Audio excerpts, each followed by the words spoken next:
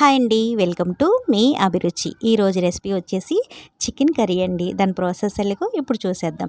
Stove వెలిగించి stove మీద కళాయి పెట్టుకొని అందులోని 2 టేబుల్ స్పూన్లు ఆయిల్ వేసుకోవాలండి. ఆయిల్ కొంచెం వేడెక్కాక ఇందులోకి 1 కప్పు ఆనియన్స్ వేసుకోవాలండి. ఇవి బాగా వేగేలాగా వేయించుకోవాలి.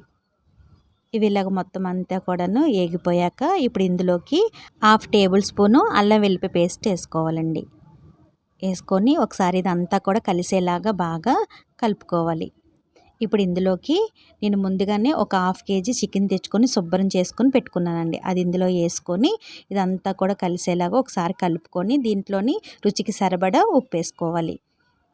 ఇప్పుడు ఇదంతా కూడా కలిసేలాగా ఒకసారి కలుపుకోవాలండి. ఇలా కలిపేసుకున్నాక ఇప్పుడు ఇందులోకి 1/2 టీ స్పూను పసుపు వేసుకోవాలి. ఇప్పుడు ఇదంతా కూడా కలిసేలాగా కలుపుకోవాలండి.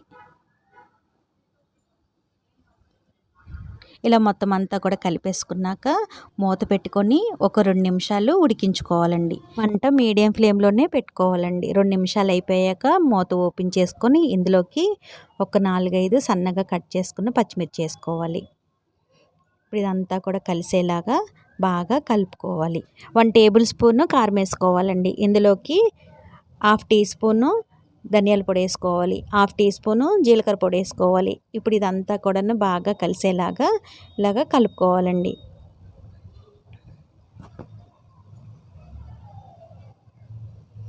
ఇలా మొత్తం అంతా కూడా కలిసిపోయాక ఇప్పుడు ఇందులోకి ఒక 2 పెద్ద టమాటాలు మిక్సీ పట్టుకొని ఇలా ప్యూరీ చేసుకున్నానండి. ఈ ప్యూరీని ఇప్పుడు ఇందులో వేసేసుకోవాలి. ఇప్పుడు ఇదంతా కూడా బాగా కలిసేలాగా కలుపుకోవాలండి.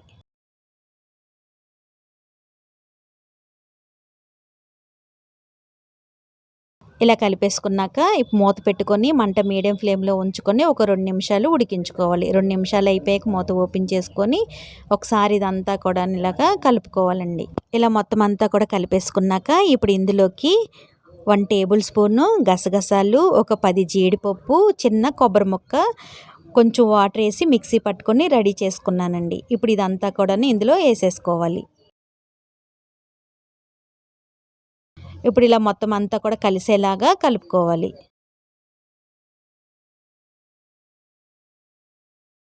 ఇలా కలిపేసుకున్నాక ఇప్పుడు ఇందులోకి 1 కప్పు వాటర్ పోసుకోవాలండి. ఇప్పుడు ఇదంతా కూడా కలిసేలాగా బాగా కలుపుకోవాలి. ఇలా కలిపేసుకున్నాక ఇప్పుడు మూత పెట్టుకొని ఒక 3-4 మినిట్స్ ఉడికించుకోవాలండి. 3-4 మినిట్స్ అయిపోయాక మూత ఓపెన్ చేసుకొని ఇప్పుడు ఇందులోకి 1/2 టీ స్పూను గరం మసాలా వేసుకోవాలండి. సన్నగా కట్ చేసుకున్న కొంచెం కొత్తిమీర వేసుకోవాలి. ఇదంతా కూడా బాగా కలిసేలాగా ఇలాగా కలుపుకోవాలండి.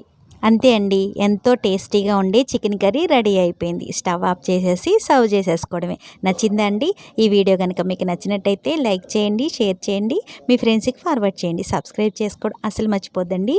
కిందున్న బెల్ ఐకాన్ని క్లిక్ చేయండి. నా నోటిఫికేషన్స్ మీకు వచ్చేస్తాయి. Thanks for watching.